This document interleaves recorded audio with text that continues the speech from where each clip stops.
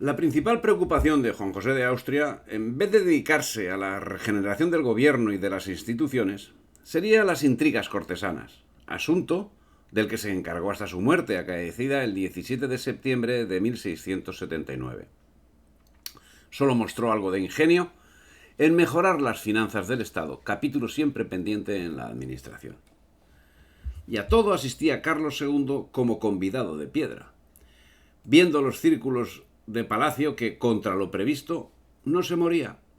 Fue concertada su boda con María Luisa de Orleans. Él contaba 18 años y ella 17.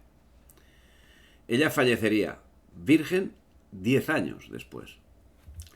Entretanto, las actividades de acoso no cesaban.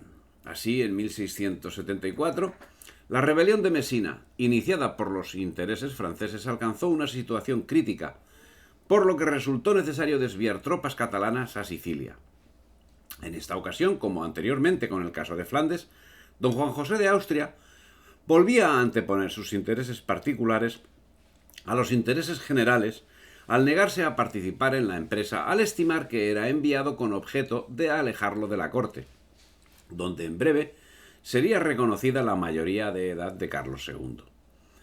Así, la rebelión de Mesina, cuya reconducción hubiese significado un mínimo esfuerzo y un incremento notable de la gloria de Juan José de Austria, y con ello un refuerzo de la necesaria regeneración nacional, acabó gracias a la acción casi exclusiva de los propios sicilianos. En 1677, Juan José de Austria, que para muchos era la esperanza de la monarquía hispánica, con apoyo de Aragón, Cataluña, Valencia y Navarra, dio un golpe de estado a la reina regente Mariana de Austria, procediendo a realizar una cascada de reformas que resultaban necesarias para el funcionamiento de la monarquía. Entre ellas, las visitas llevadas a cabo a los virreinatos, que en el caso de Nápoles sería realizada por un milanés, Danese Casati, que se ganó la amistad del pueblo napolitano y la animadversión de su oligarquía, que volcó toda su ira contra él una vez fallecido don Juan José de Austria. 4 años después de la rebelión de Mesina, en septiembre de 1678, tuvo ocasión la firma de la paz con Francia en Nimega.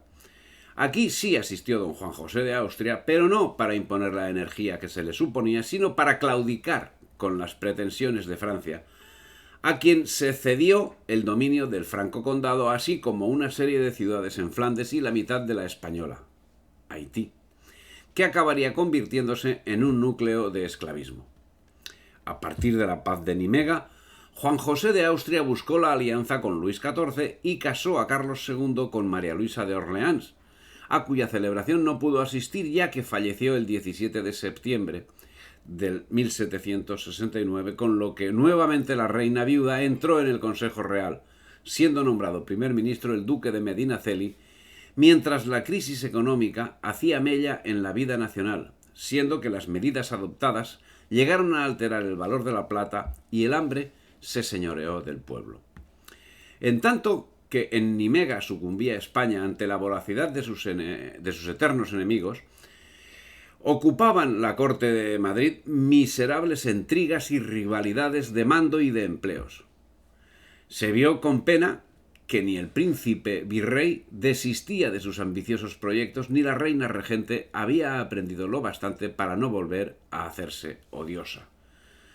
Como queda señalado, en septiembre de 1679 falleció Juan José de Austria, volviendo a tomar las riendas la reina Mariana, con lo que las reformas iniciadas comenzaron a tambalearse mientras nacían dos facciones enfrentadas: la adicta a la reina Mariana, encabezada por el duque de Frías, y el Partido Nacional, encabezado por el duque de Medinaceli. Los enfrentamientos políticos condujeron al triunfo del Partido Nacional. Así, en abril de 1680, el duque de Medinaceli fue nombrado primer ministro, puesto desde el que se dedicó a desmontar la labor realizada por Juan José de Austria, que se había centrado en la reforma fiscal. La situación de la hacienda llegó a ser caótica y a ello se unía una grave crisis económica que comportó hambruna y pestes en los reinos peninsulares. La espiral sería alargada por la administración del Estado, que, animada por la actitud errática del duque de Medinaceli, llegó a incautarse de los envíos a particulares procedentes de América, lo que provocó la réplica de los perjudicados, uno de los cuales, el elector de Brandeburgo, se incautó de los barcos españoles surtos en Ostende, y en el orden interno, conflictos de diversa entidad cuyo reflejo más significativo fue la huelga de brazos caídos del personal subalterno del palacio en el año 1680. Corría este año, 1680, cuando, según relata Manuel Henao y Muñoz, dice: recibíanse en Madrid y de todas partes tristísimas noticias ya de la pérdida de los galeones con sus tripulantes, pasajeros y el oro que nos traía de las Indias, hora de la destrucción de una ciudad de Sicilia por un torrente, y cuando que el mar había roto los diques, inundaba las provincias de Flandes y asolaba las comarcas y las poblaciones, que un huracán había sumergido en las aguas de Cádiz 60 bajeles, que un voraz incendio había devastado el Escorial, en tanto que las epidemias mermaban las provincias españolas de Levante y Mediodía.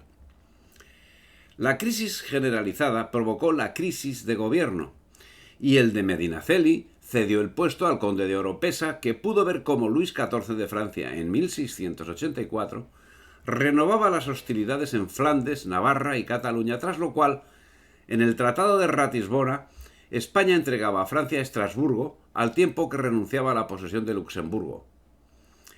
Esta sucesión de despropósitos significó el ocaso de Medinaceli y el ascenso del conde de Oropesa, que a su vez sucumbiría en 1691, cuando Carlos II casó con María Ana de Neoburgo. María Luisa de Orleans murió en 1690. El motivo no fue la inoperancia administrativa del conde de Oropesa, sino el que éste se había señalado como partidario de otra candidata.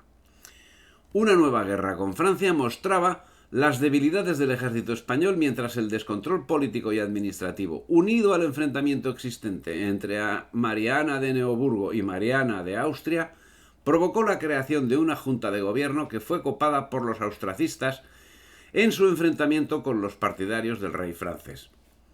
El descontrol de la administración del Estado y los enfrentamientos entre facciones facilitaba las actuaciones de quienes esperaban la ocasión para arremeter contra su eterno enemigo.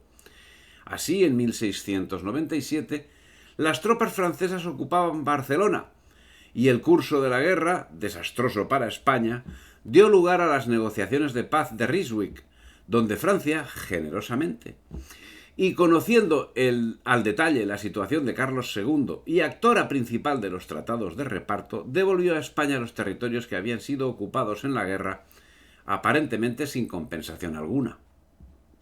De momento, tenían suficiente con la marcha sin norte de la monarquía hispánica, donde las intrigas palaciegas acababan encumbrando al cardenal Portocarrero, arzobispo de Toledo, que, como en el caso de Juan José de Austria con relación a don Juan de Austria, pretendía ser émulo de Cisneros. Pero lamentablemente para España la triste realidad es que ni uno ni otro supieron llegar a la altura de miras de quienes pretendían emular.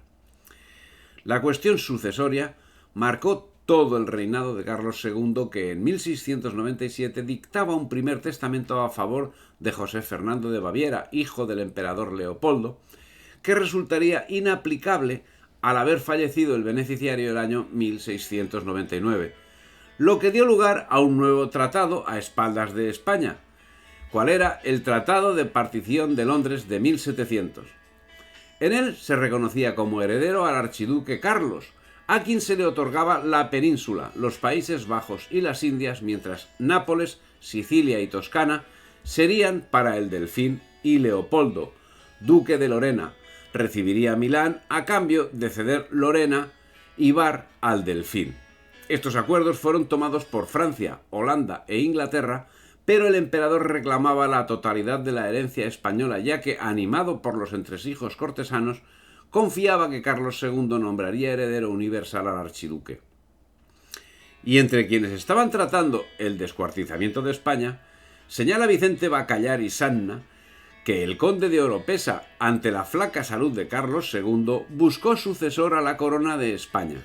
No dudó en plantear 3 candidatos, cuales eran el emperador Leopoldo, el rey de Francia y el hijo del duque de Baviera, siendo que los tres eran aborrecidos por Carlos II. El emperador sería rechazado por el jurisconsulto José Pérez de Soto por no encajar con las leyes municipales de España favorables a las hembras.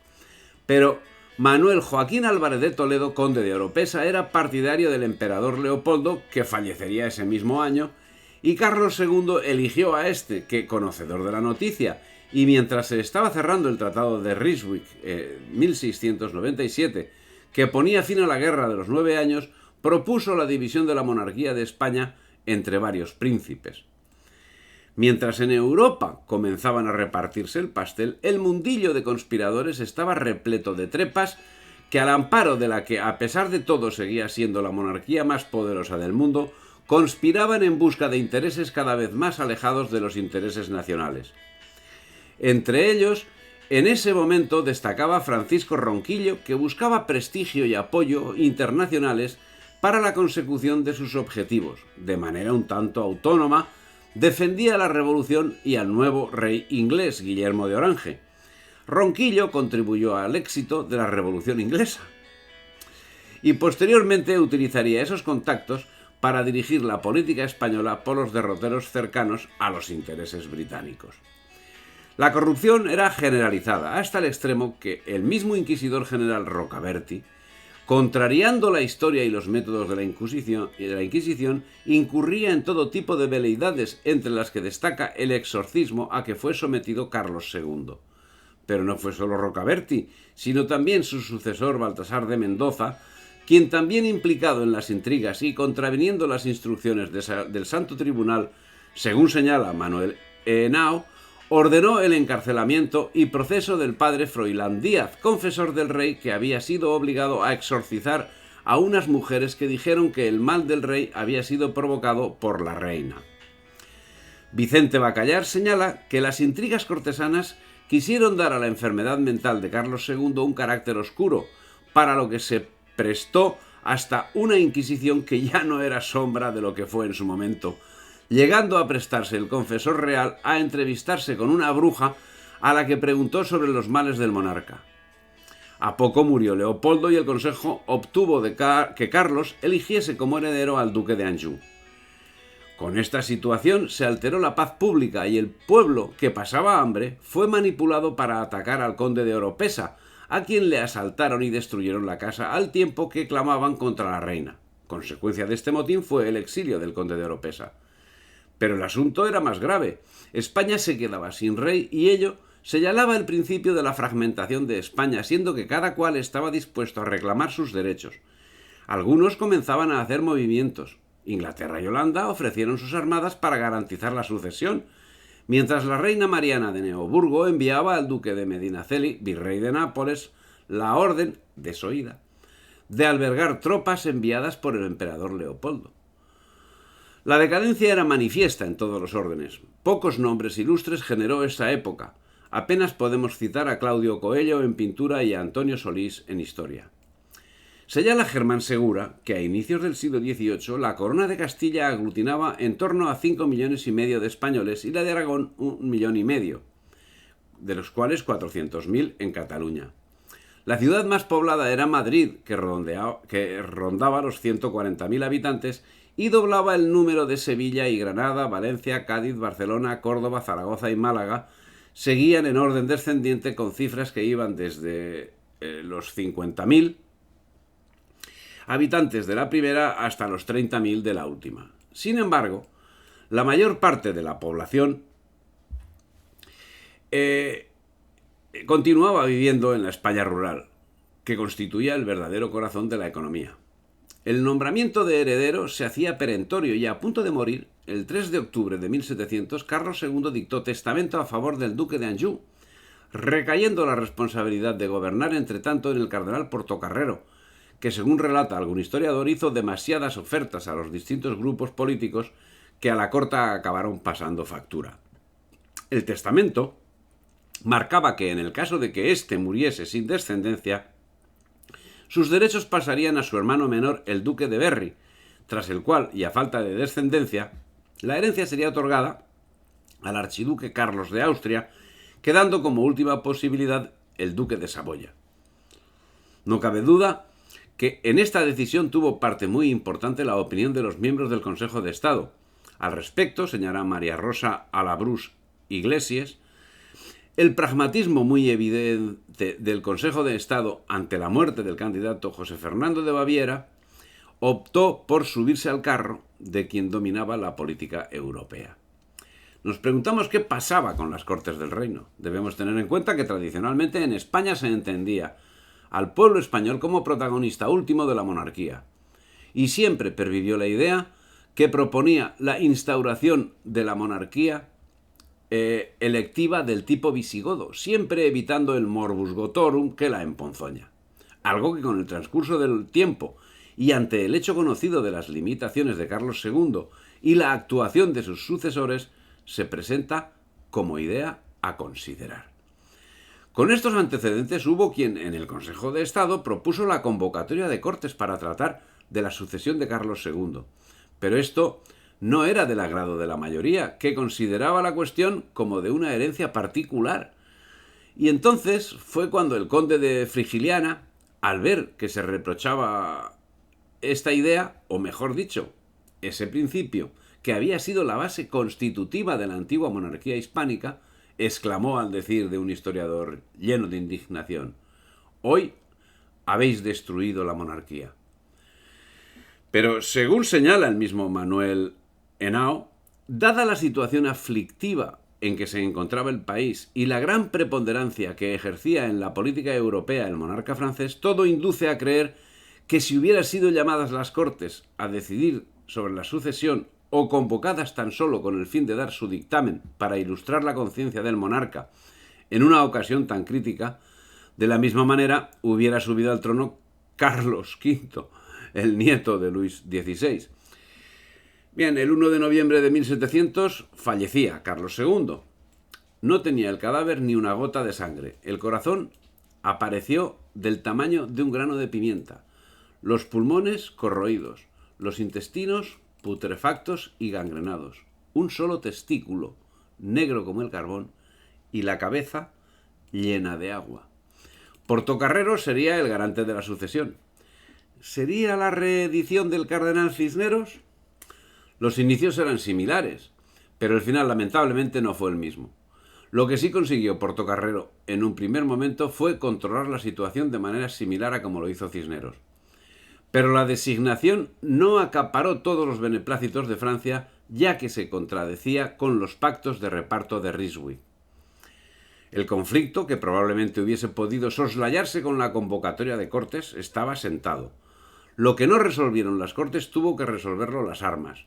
Y es que tanto Luis XIV de Francia como el emperador Leopoldo I estaban casados con infantas españolas hijas de Felipe IV, por lo que ambos alegaban derechos a la sucesión española. Y asimismo, las madres de ambos eran hijas de Felipe III.